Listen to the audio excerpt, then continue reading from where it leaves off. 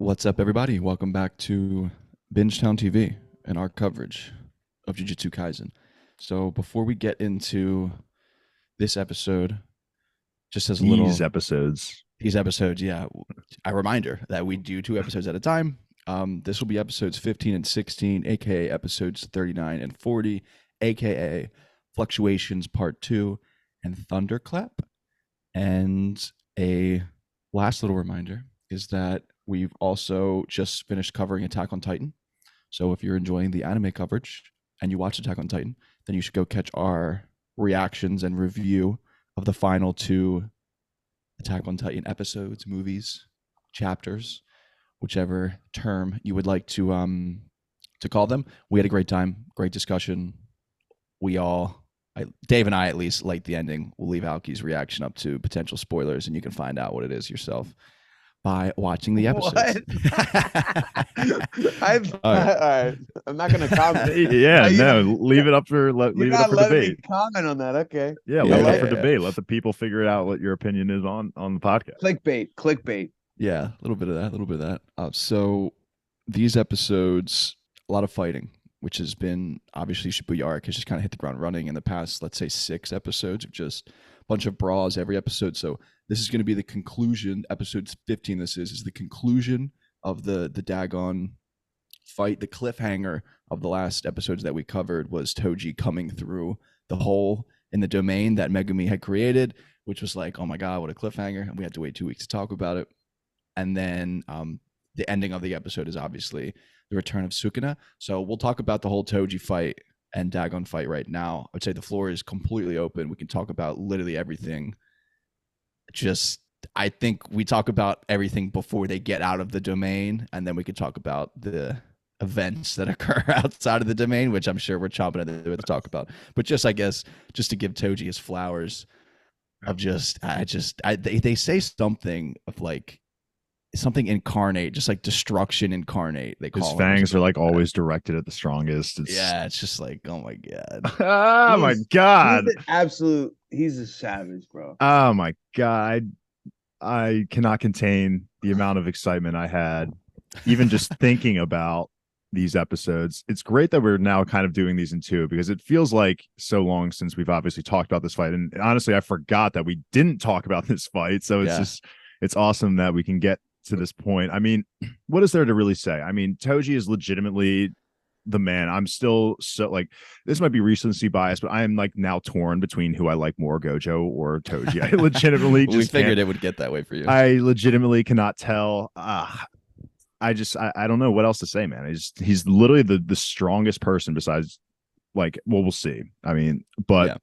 I just love when one of my favorite shots of the Dagon fight with Toji is when he's just like walking through the water, just, you know, I think he's like on top of the water, just like casually walking. Then he like sinks in and he's like still moving at the same time. Yeah, like that's like right in the beginning.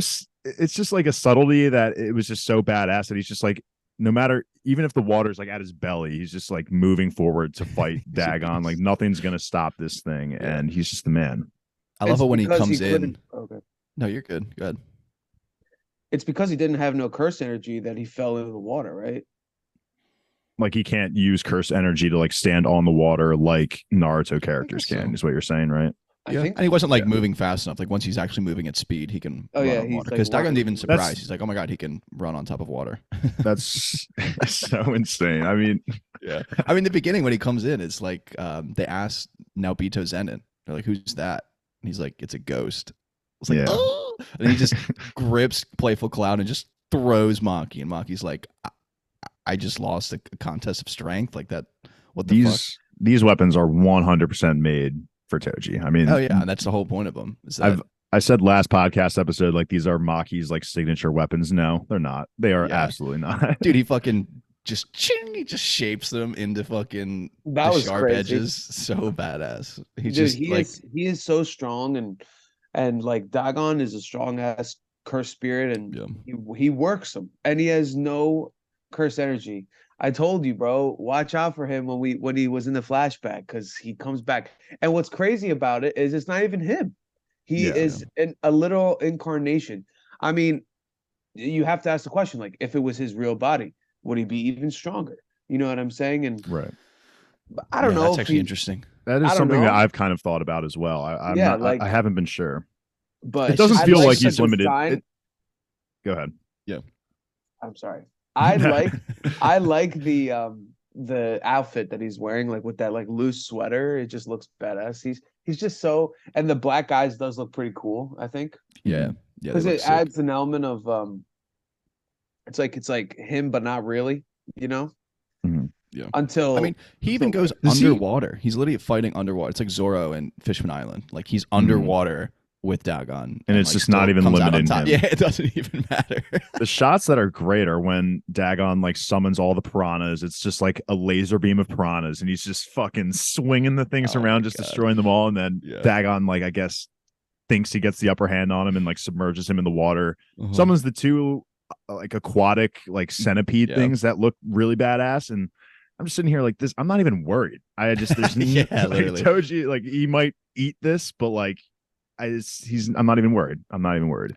They extended the fight a little bit too in the anime, which is honestly the benefit I feel like of Yeah. what an anime can bring to a manga is like the fluidity of fights, and they can extend things with the like going underwater and all that stuff. Like it just looked so good. I love they just add in when he fucking spits the piranha out with his little tongue again. Yeah. Like we had the Nanami stuff where he's grabbing that blonde haired guy by the ponytail and all that kind of stuff. So they know what they're doing. Oh, how are we also not going to talk about the Rhino Schneider that he fucking gives Dagon when he like when wraps? he whips it around. Yeah, and then he just smashes his feet Oh into my his face. God. Oh my god! Shout out Dude, to One Piece. his instincts are just That's what A everyone plus. says. He makes an entrance, and people are just like Yeah. like I think it was in the next episode. Megumi's like, this guy's instincts are just off the chart. Like he just shoots through the rapids. Yeah. He does have a little nice tag team too with Naobito Zenin when Dagon like tries to get up in the air and Zenin kind of like jumps on top of him and like kicks him back down, and then Toji like sticks Playful Cloud in the ground and uses it as like a pole vault,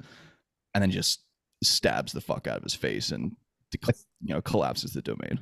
I think it's interesting that I feel like so obviously we know based off the most recent episode that Toji and Naobito have certainly interacted in the past 100%.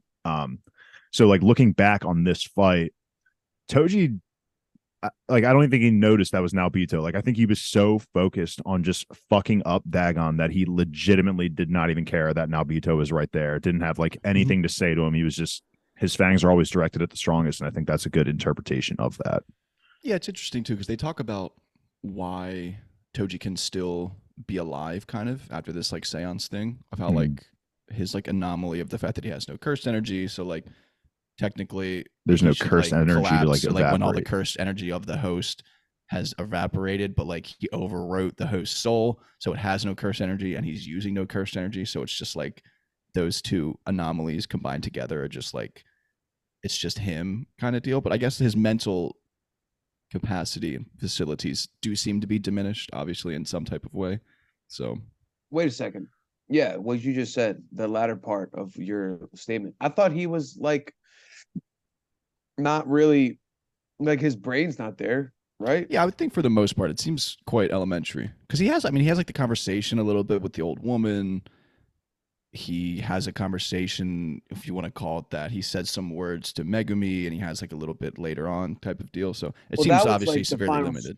that was like the final straw, but I even understood it while reading, like originally that he was not fully there. Yeah, that's what it That's seems like how for I sure. felt. Okay, Yeah. cool. But we get out of so Dagon is now disintegrating on the ground of one of the stations. Not sure if it's Shibuya, so I won't say that. And now they're like, okay, that was sick. Like we would have died for sure if this guy didn't pop up. But now the question is Friend or like, foe. yeah, friend or foe type of deal. And he just picks out Megumi, throws him through the glass. I love when he's like, how did I get out of here? It's Like, great what because the it's fuck? literally all of them just watching Toji just kind of walk through him, and it's literally an instant shot of Megumi getting thrown out the window, and he's just like, huh? Yeah. It's like this is like beyond speed. Like what the fuck is going on type of deal.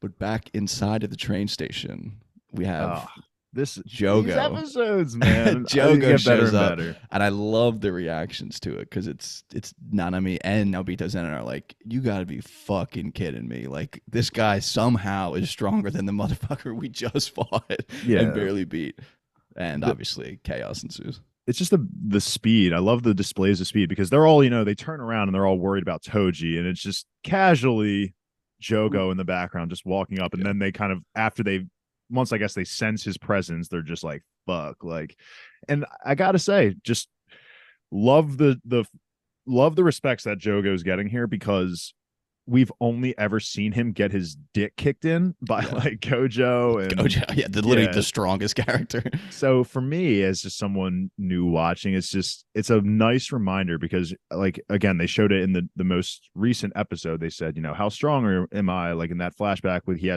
the fake imposter Geto, and Geto's like, oh, you're probably at least like 8 fingers. And it never really felt like that, but just because, again, Gojo is the strongest and he's the one putting him in his place. So it was just really badass seeing that Jogo is as strong as he should be. It's just, I mean, Gojo it's literally just in a flash. It's just he's in front of Nanami before he even does anything. One down.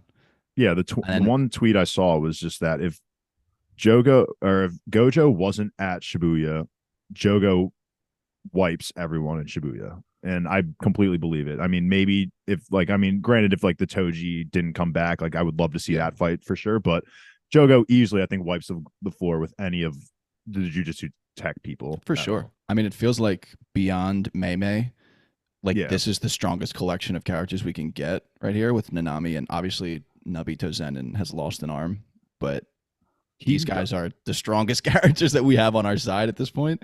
That was the thing, is when Jogo makes his appearance and he like kind of singles out Naobito a little bit, I'm like, okay, this is like probably going to be a clash of just like equal strength, because Naobito's been kind of proving himself. Like he held up against, like, I know he lost an arm against Dagon, and Jogo we should know is stronger, but like he was still putting up a fight. So I thought this was going to be like the next step for Naobito, but no, he just gets one-shotted. It's really funny in the manga, because in the anime they took like during the early Dagon fight to explain his power and his like curse technique, but in the manga it happens right here. So it's like he's lined up with Jogo, and it's like a 3-page explanation of his entire curse technique and how he's like the strongest jujutsu sorcerer, and then in parentheses says besides Satoru Gojo, and then it's just literally like the next panel he just gets burned to a crisp.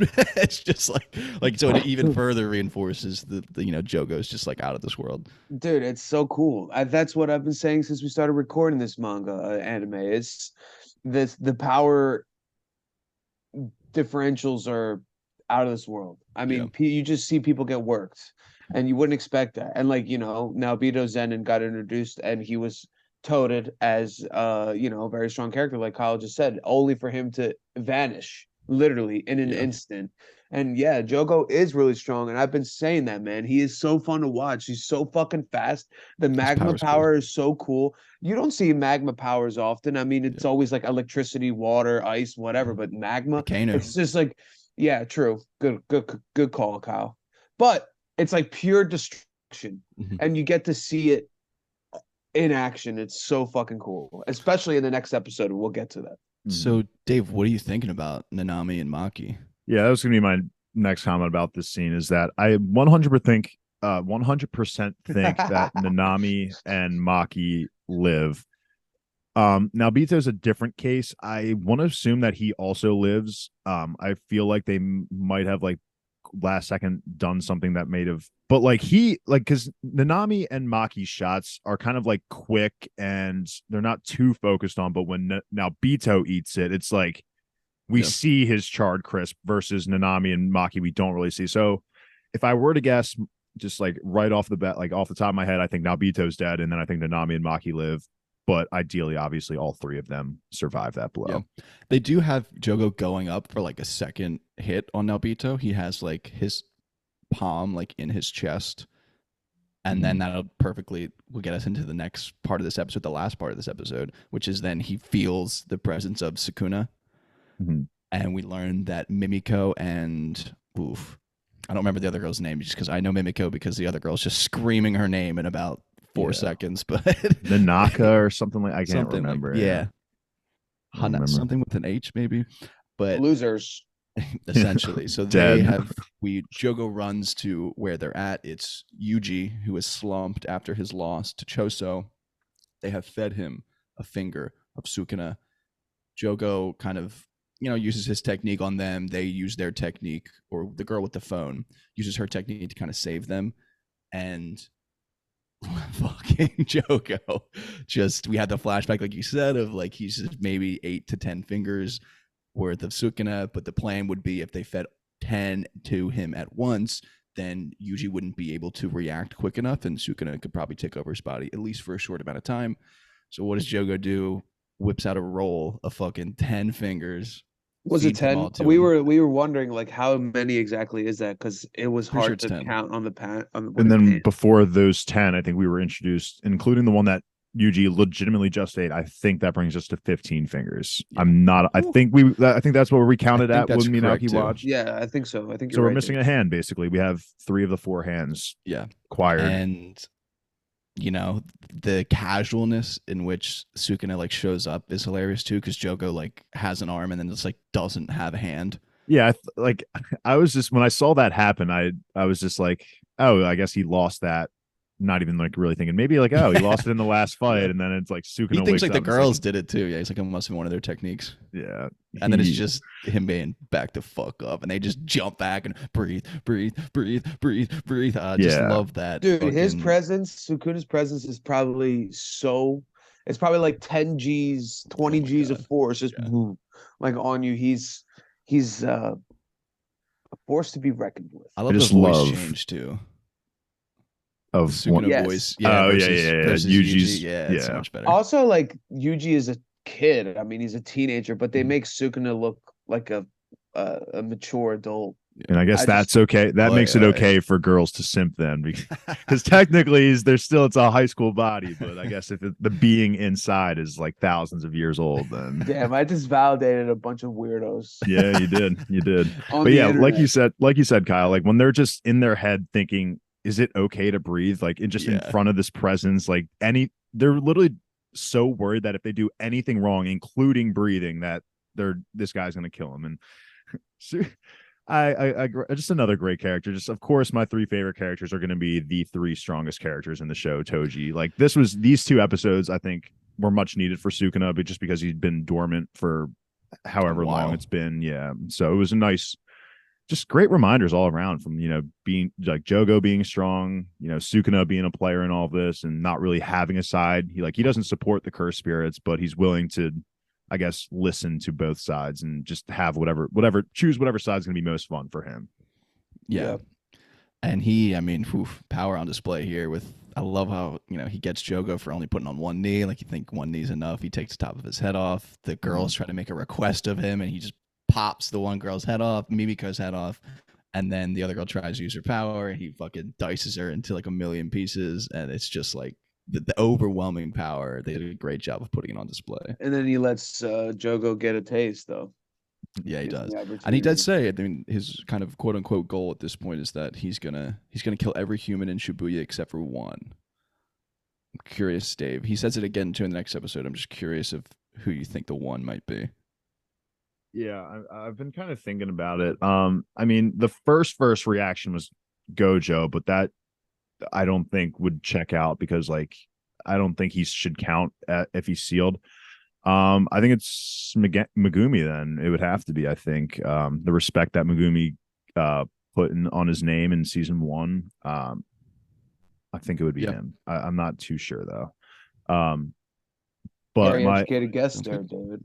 Yeah, my comment too was just, I agree with you, Kyle. Like they make the request like, oh, there's a person like below us that you should kill with the the stitches on his forehead. And I'm like, okay, like fair request. And then they keep talking about why they want him to get killed. And I'm like, okay, now you're being a little too much. Now this is where you're just demanding a little bit too much of him. And I wasn't surprised to see him just immediately wipe the floor with both of them after that, because they were just talking too much. Like if it was just like maybe like, oh, can you kill this person for us on the first floor? Like, you got it. Maybe he would have done that. But like They were just kept making talking. demands. Yeah, they just kept Yeah. talking and talking. I'm like, okay, there's no way Sukuna's gonna listen to these girls. So Yeah, fuck let that. their emotions get the best of them a little bit. I don't Yeah. even know at this point, Dave. If I were you, I'd be wondering. I'm wondering, what the fuck are Ghetto and them even thinking they're gonna get out of Sukuna? Like, why would Sukuna ever listen to them? Yeah, You know, he could just wipe the floor with them in an instant. Like, what? How do they expect Sukuna to cooperate? I mean, I just think it's ludicrous, and we'll see how it maybe unfolds. it might have just been like a desperation play for them because It's interesting though, because like 2 to 3 to 4 episodes ago, after they steal Gojo, they have that conversation of like, with him gone, like I think now we're kind of on even ground, like cursed spirits versus humans. Mhm. And then like obviously Sukuna would give them the edge. That seems to be, I guess, part of the mindset. But like even ground's not a bad place for them to be. No. Sukuna would give them. Solo probably everyone.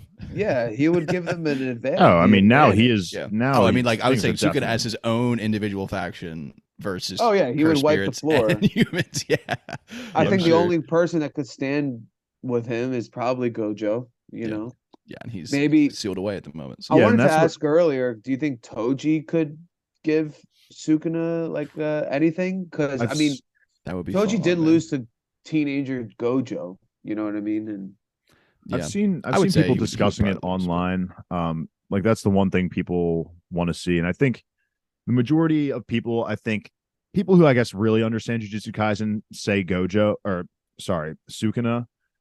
And people are like, it's just the recency bias of like the newest episode, like seeing Toji be like this monster, just like going against like white rabbits, like it's not like he's going against Sukuna. Like Megumi's strong, but he's nowhere near any of these people that Sukuna's faced. And so I think people kind of just like, and I like, as much as I love Toji, like I agree. I think people just kind of like overreacted to like just the pure display of strength that Toji has. I still think he would probably get worked by this Sukuna. I think the reason I brought it up is because exactly, I think Sukuna would fucking chop him up. it would be great to Toji is watch. Toji's that strong, and Sukuna's that much stronger. What's crazy too is like Sukuna would like take his limbs, and like Toji the whole time would probably just be laughing, just like And having a blast. he'd keep going. He'd just like start doing kicks and headbutts. Yeah, I think he would definitely revel, I think, in the opportunity to fight someone that's strong. Oh yeah. I don't think it will work out very well for him. And I feel like Sukuna would definitely put some respect on his name, be like, oh, this is like crazy that someone with no curse energy would have this amount of strength. Be a little Madara and Might guy. Yeah, exactly. The exact scenario. I recognize you as strong.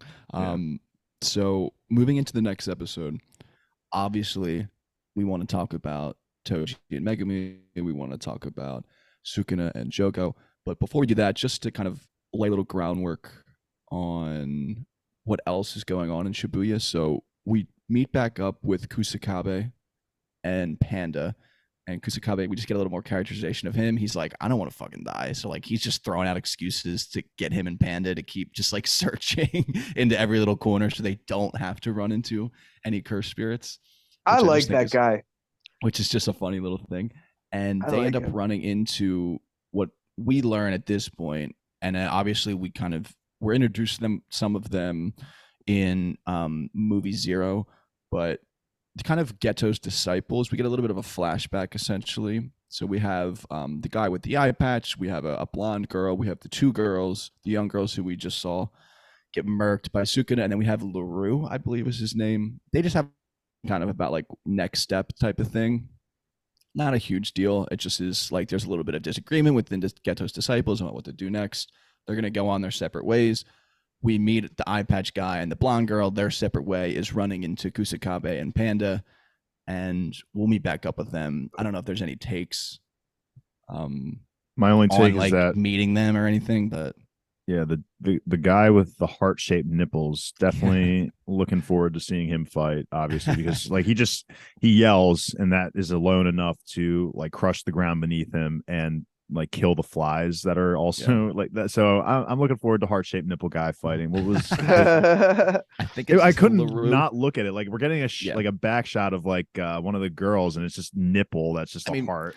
If you're drawing a character with hearts for nipples, you want us to look at their nipples. Yeah. Oh yeah. That's just like, what else are we gonna do besides look at them? But that's my only comment. I feel bad for them. Like they have Geto was bad, you know, like Yeah. actual Geto. Sure, his methods were vile. I don't know, for lack of a better word, but his disciples, they've followed Geto, not whatever Geto is now. And I just feel like that fucking sucks. Like the fucking girls. Yeah, from that perspective, for sure. But I mean, they're also still using the monkey term.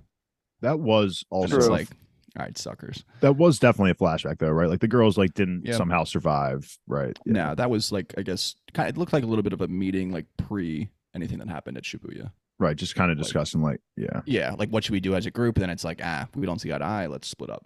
Mhm. So we'll meet back up with the squad very briefly, just because we have to talk about the scene where we see them again in reference to Sukuna. But I think we talk about the Toji Megami fight first, just because the Sukuna Jogo fight rather. It's just like a nice place to end. So Toji and Megumi obviously is on the back foot and running away here, but I love watching him creatively use the Shikigami powers, and he survives in a way. So I would say lots to talk about. Again, more praise to just heap on to Toji as a character and as a combatant, as a fighter. But honestly, anything we want to talk about, I would say even up until what the hell happens at the end, which I'm sure is maybe confusing or just like kind of a what the fuck moment. Just I love how much they've been able to like jam pack into these episodes without making it feel like it's too rushed. Like, yeah, what do you think about the animation? Yeah, of the fights. Yeah, I mean, it just feels like when I was watching this episode, I was like, like in a good way. I'm like, this is dragging. Like this feels like it's been an hour. Like because again, we start with the Megumi Toji fight, and then like that fight was already great for me, and then it's like, oh shit, like here's Jogo and Sukuna. It's like, oh shit, like I'll totally watch this too. Mm-hmm. So and they all fit that in 24 minutes, which it didn't. It felt longer. So I just applaud them. Yeah, I mean, this is one of the fights that I personally had been looking forward to for ever since Toji got revived and kind of came across. They've been teasing it. It feels like for at least 2-3 episodes at this point. Yeah, and the ending, I guess, obviously didn't go the way I expected it to go. So we'll get there when we get there. But just the comments that I have about the fight itself is just so funny. Just, I mean, how many times we're going to say it? Toji just works Megumi, so that was awesome to see. Unfortunately for Megumi, the funny part of the whole thing is when he just like, I felt bad for all the rabbits. Like they were like legit had like individual fight, like they were fucking like rabbit like karate. It was so funny, and like he's just killing them. Awesome. Like, I felt so bad for the rabbits, but yeah, like he just grabs the one by its ears and just starts smacking the other ones with it. I'm like, oh, these poor rabbits. Yeah, he like smashes Playful Cloud into the ground and like all the rubble, and he's just like literally flicking the rubble out of the air. That was like the most ridiculous thing I had ever seen in my life. Like that was so fucking cool. I can't even fathom the speed that he has. That's just, how fast he must have been to be able to do that it's insane. Because Megami can create like so many rabbits. Yeah. Like it's so many rabbits, and he's still, it just like doesn't matter. It's so funny. He's literally throwing fucking sewer grate tops at him. He's fucking throwing the ambulance at him. He's throwing nuts, Playful Cloud at him. He's literally just whipping shit at Megami, and he's trying. That is wild. I thought the animation was a little bit Naruto pain, don't you think? Yeah. I think like, why? It's just, I would just say it's just so much in the episode. It's hard. I think it works only when you're trying to display like insane amounts of speed. Yeah. Yes. Usually I would kind of complain about it. I agree with you. For this one, I'll let it slide. Like this one, I think made it work really well.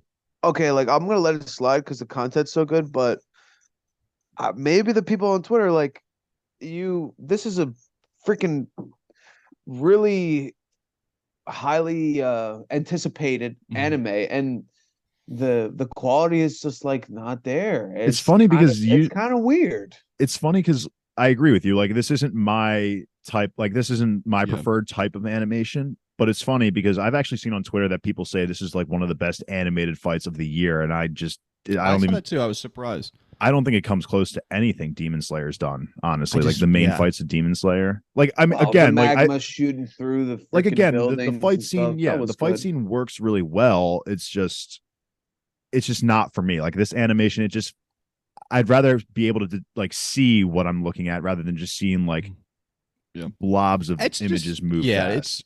It's just obvious at times that there's just such a low level of detail. I mean, even when LaRue screams, like their bodies are just like shapes. Yeah. Like shapes, which is, I mean, I just know it's probably like how long it actually takes to make this 24-minute episode is weeks.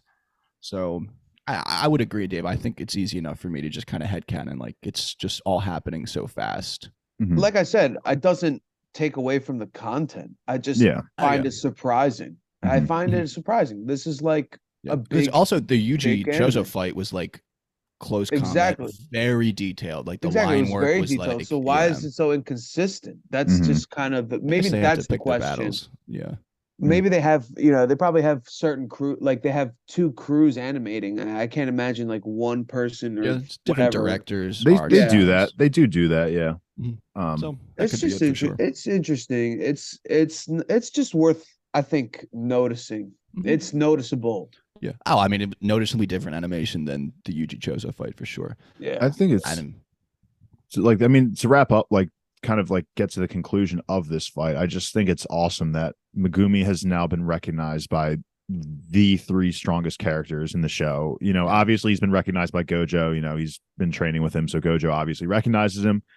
Season 1, Sukuna recognizes him. And here, even though he's been getting the shit kicked out of him, like he is resourceful enough to make impressions on these people. And this leads Toji to kind of piece together like shit, like this guy looks a little bit like me. He's pretty strong. Like, let me just kind of piece this together. But shout out to Megumi, man. Yeah, the literal 3 strongest characters in the show have all recognized his strength. So it's great. He has a decent plan too with the the water and the electricity from Nue. He has the frog get him out of the way immediately. He has the sword that he's gonna just take the Playful Cloud hit to kind of, if Wheel of Time fans know all about sheathing the sword. So it kind of is almost gonna work out, and then obviously you forget that he's literally fighting Toji, so it doesn't work out. But I kind of like, and then Toji just ends himself with Playful Cloud. Yeah, I mean, I knew when Megumi took the hit and was like trying to get the close shot on Toji, I just knew that was not going to work. Toji's just too strong. But yeah, the ending was crazy. I really like how it ended. I mean, I'm sure some people might be disappointed that it's like, oh, that's how we're gonna just like ixnay Toji out of like the rest of this arc, like lame. But I mean, I kind of get it. I mean, he's conflicted about seeing his son, who maybe at the time he didn't like care for too much. I mean, there was hesitation. Like he was trying to like validate himself when he sold Megumi or whatever. He was just like, it doesn't matter. It doesn't matter. He kept repeating that, trying to validate the action. But clearly to me, that kind of means that there was some attachment to him. And so I think seeing Megumi grown up and be this strong and not be a Zenin, not call himself a Zenin. Yeah, that was such a great line. That was such a great line. I think he just was like, I'm proud. Maybe like I've done what I've needed to. Yeah, it's kind of like it's all good. Like he's in a good spot. Like he can take care of himself. That's where Toji, I think, got through finally. I think that at the end there, he was like full Toji because his eyes were white. Yeah, good point. Oh, I honestly missed that. Yeah, they were always black, but they were white when he stabbed. He realized this is my son, and he's like, okay, my work here is done.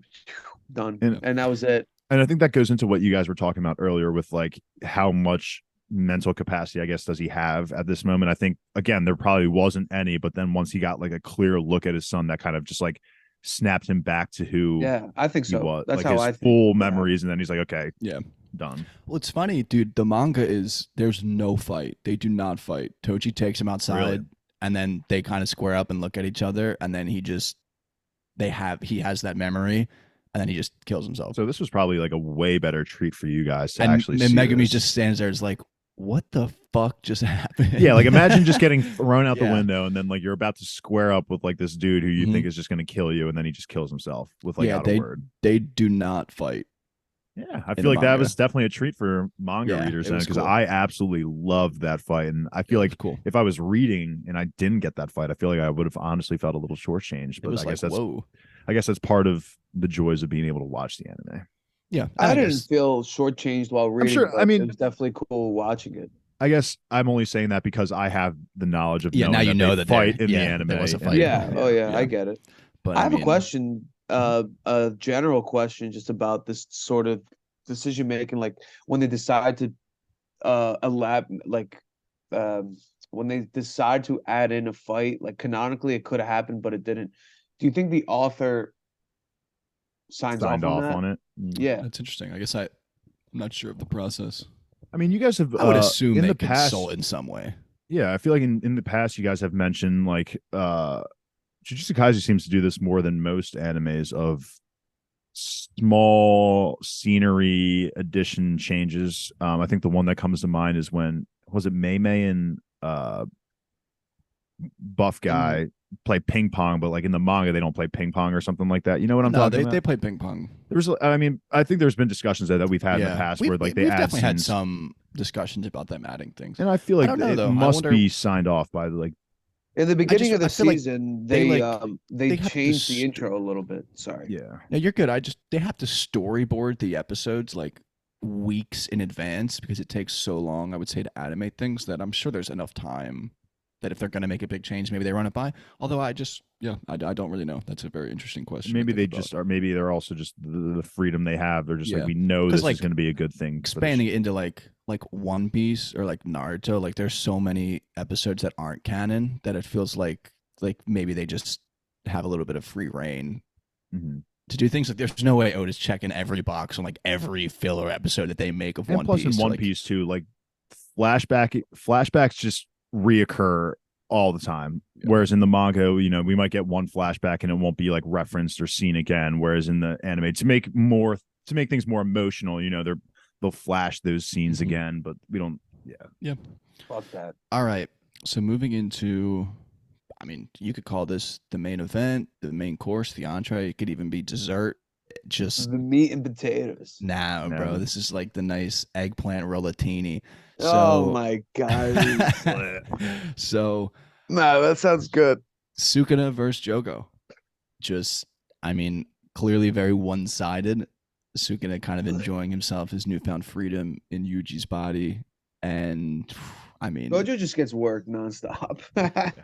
the his curse technique of the cleave and the slice, it's Mhm. just on full display. It's just so broken. It's just ridiculous. I love But it. a lot of fucking crazy shit happens in these fights. Wait a second, Or they've this fight. called it that? It's cleave and Slice I or want to say something like that. slice, but Yeah, this was the first time I think it was referenced as his curse technique or you know Yeah. his power because I mean we saw him slice obviously the girl last episode. He Mhm. was constantly slicing Jogo's arm off in this episode. Yeah. It was just it was just cool Mhm. seeing that was like the Top of his head. confirmation of his power. yeah, like the buildings. There's so many fucking things happen here, man. I mean, he love fucking- how he does that. It's so Dick- cool. Jogo like makes the fucking magma hands and like crushes the two buildings together, but like That was so funny Sukuna when is just the fine animation in like the T-pose. the animation of that when he's like bringing the buildings together when he's just like doing I don't know if you Yeah. remember it was so fucking weird but I mean again it was like again maybe not my favorite type of anime but or animation style but it definitely fits here seeing the magma is just insane and I love the little touch of the thermometer or whatever the fuck you call it that was really cool. yeah it was just 2 degrees Celsius and then it just like skyrockets to like over 100. Yeah, and then it just blows up. Does he just like touch things and then become magma? I guess as everything is just so hot that everything is just becoming magma at this point. Like the city is It seems like- legitimately collapsing, on itself. It seems like he can also create magma.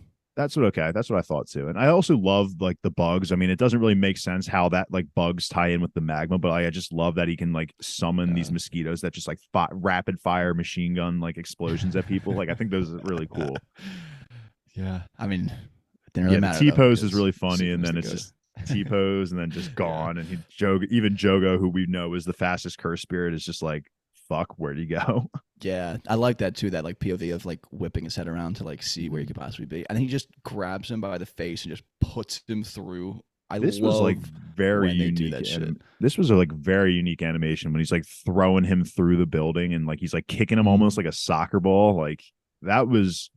I'm not gonna say that was bad animation either, but that caught my eye in a very good way when he just throws him through the building and it's just they're not you can't like there's no faces like they don't have faces or anything. They're just kind of like running through the building, but it still looked really good.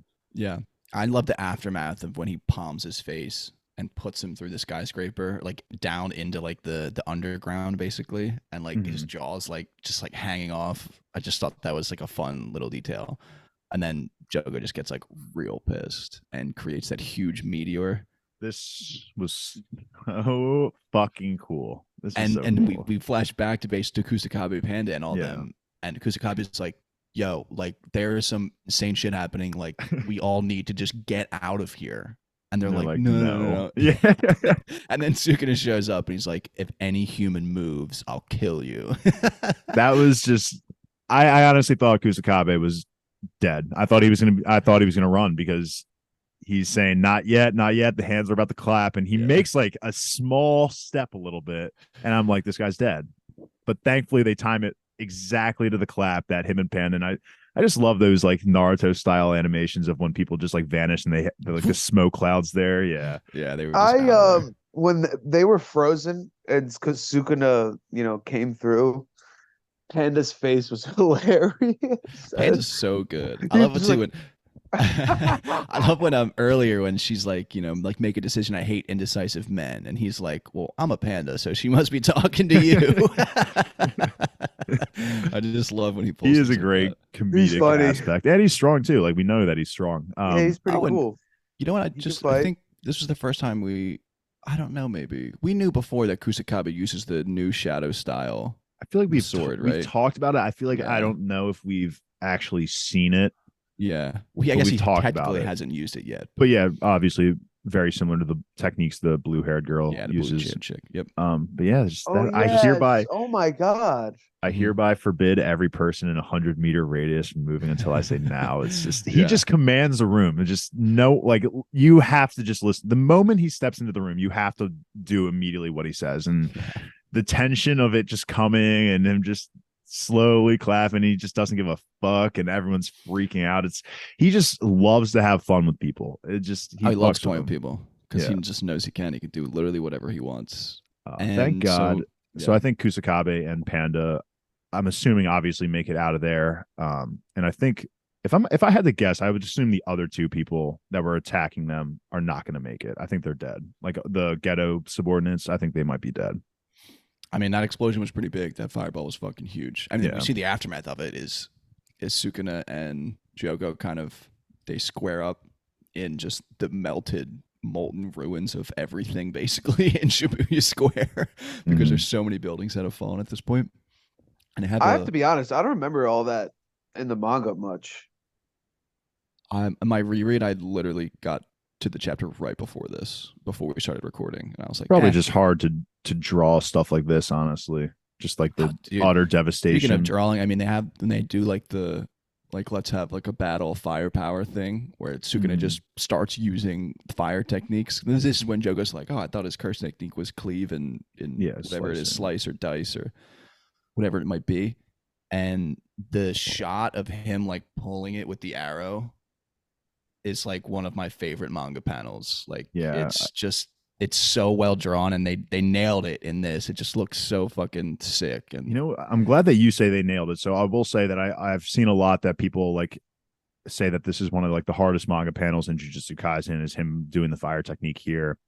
I actually see people complaining that this scene was not well done. Someone made like a fan edit that looks cool too. I don't know. I saw like the both of them side by side. I thought they were both great. I couldn't physically actually pick one over the other, but I just think it's ridiculous that people are like, oh, this was like a terribly animated scene. And it's like compared to the manga, it's like about Toji coming into the domain, which is like it's the same thing. It's that same thing. It's like to me, insane take to me. I don't understand. Like it looked phenomenal. People are just so goddamn picky. I think they are. I don't know. I really don't understand the hatred for the animation here. I thought it looked incredible and it was cool. I don't really guess have any thoughts on how he's able to like wield fire. To me, it's just that Sukuna is just so strong. I just feel like he legitimately just can do anything. It's just he literally says here, which we've talked about how much, or like, I know I have, and I'm, you guys have agreed of, like, I love the mechanic in Jujutsu Kaisen where if you talk about your technique openly, it's like stronger. And he literally says here, I'm not gonna do that. I won't play the game of telling you the curse technique. So like, he's almost handicapping himself by not explaining it, which is just a fun little like kind of and wink he at still us. absolutely wrecks Jogo just even wrecks without him. having. It's literally they're lined up together, and then it's just Jogo's in the afterlife. Yeah, I was okay. actually so I kind of got the spoilers a little bit before watching it. Not like insane.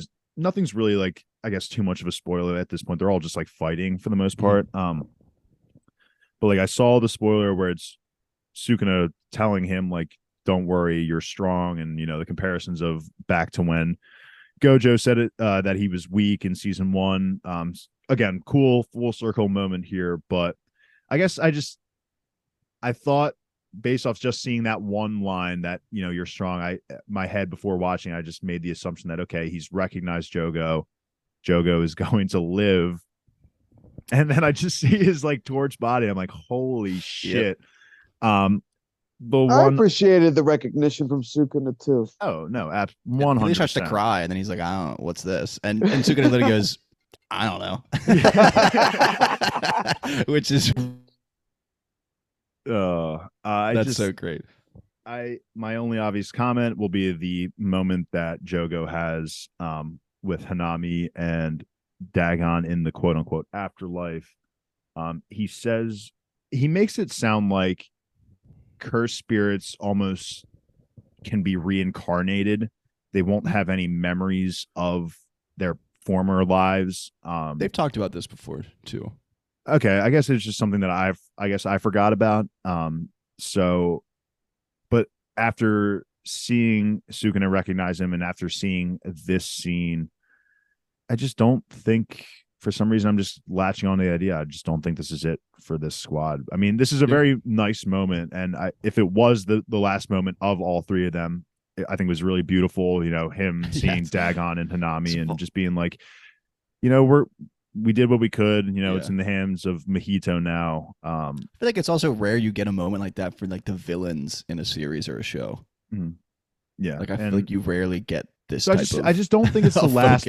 I just don't think it's the last we're going to see of them. But if it is, I'm fine with it ending it like this. Yeah. So you're kind of 50-50 on the cursed spirits. You're pretty convinced that Nanami and Maki are still kicking, and you're convinced that Naobito Zenit's dead. Yeah, if I had to just throw out my thoughts, it would be that. Yeah.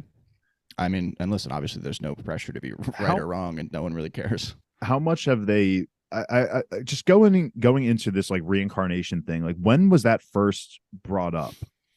They talk about, I mean, at the very least they talk about it like a few episodes ago when Gojo kills Hanami. Like I'm pretty sure that Jogo reacts, and those names being so close is tough. But I think we're at the end of that line. Stutter so much on their names all the time. I think he says I'll meet you again or whatever. And I think he says the same thing with Dagon when he picks up his hand and he has like that kind of monologue about like moving on to the next side and like I'll see you, like let's meet up again type of deal. I just hope they go into it a little bit more, because I just wonder if But it's also, I mean, like Jogo's dead, and I wonder if So I imagine people like his character was created through people's fears of like volcanoes, I guess, and if it's also interesting, maybe a new fear comes up that like, I mean, Sukuna was alive at one point, but like doesn't know Jogo, but you would think maybe like human fear of volcanoes and magma has always been a thing type of deal. But I guess obviously over time, like curses can get evolve. stronger. Yeah. And then maybe even evolve. Like obviously the fear of like technology. And plus, I mean, it wasn't a fear 800 if the population years is ago. increasing exponentially, Also the true. more number of people having fears to it would also. Yeah, I just really like the concept of the show. Is Hanami just like people's fear of flowers or some shit? Like, do people just I think it's like the forest. It's like the forest. Okay, Yeah. that makes a little more sense. Yeah. All right. So I believe that's going to do it for episodes 16 and 17, aka episodes whatever I said at the top, because my laptop is slow and Google Chrome won't reload. But we will be back in 2 weeks to cover, looks like Thunderclap Part 2 is the next episode. What a name. Oh, wait, And we got then- one last thing to talk about. The final scene of Megumi getting Okay, I didn't know cut. if you. No, yeah, I mean, there's nothing really like. Okay, so Megumi gets cut by the fucking Yeah. douche that Nanami should have just Oh, fucking yeah, yeah. killed from Mhm. forever ago, and Yeah. we see at the very, very end, this guy that cut Megumi is like freaking out. He's like, "You shitty sorcerer," referring to Megumi who's passed out, saying, "You got to wake the fuck up." Yeah, he's just After covered he in was the blood. reason that he's unconscious, and we see this like big body thing, like Mhm. just a giant looking, and Yep. just I Get ready. I can't really think if Get I'm gonna ready. I'm gonna guess that it is a cursed spirit is what Okay. I think I'm gonna say, It's so good. or it's It's just so like good. I don't know, maybe it's the fucking my brother. It just I don't know. Oh, It's maybe like Toto? yeah, I don't know. That would be It crazy. looked too big to be Toto. Like Yeah. it legitimately looked like a monster. So we'll see. All right, so that's going to do it for us. Like I said, we'll be back in 2 weeks for Thunderclap Part 2 and whatever the hell Jogo got episode, thunderclapped. whatever episode 18 turns out to be called.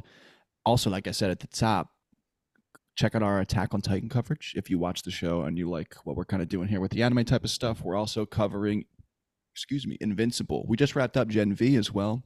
We're busy. We stay booked and busy. So Gen V, Invincible, Beacon 23 is coming out. We just finished Attack on Titan. Yu Yu Hakusho anime yeah. adaptation is coming out somewhat soonish, I believe. I might have misinterpreted the trailer, but we just got things coming down the pike. So if you're liking what you're hearing, just stick with us. We're going to keep putting out content I'm sure that you enjoy. And for the final time of this episode, we are Bingetown TV, and thanks for listening. Thunderclap and Flash.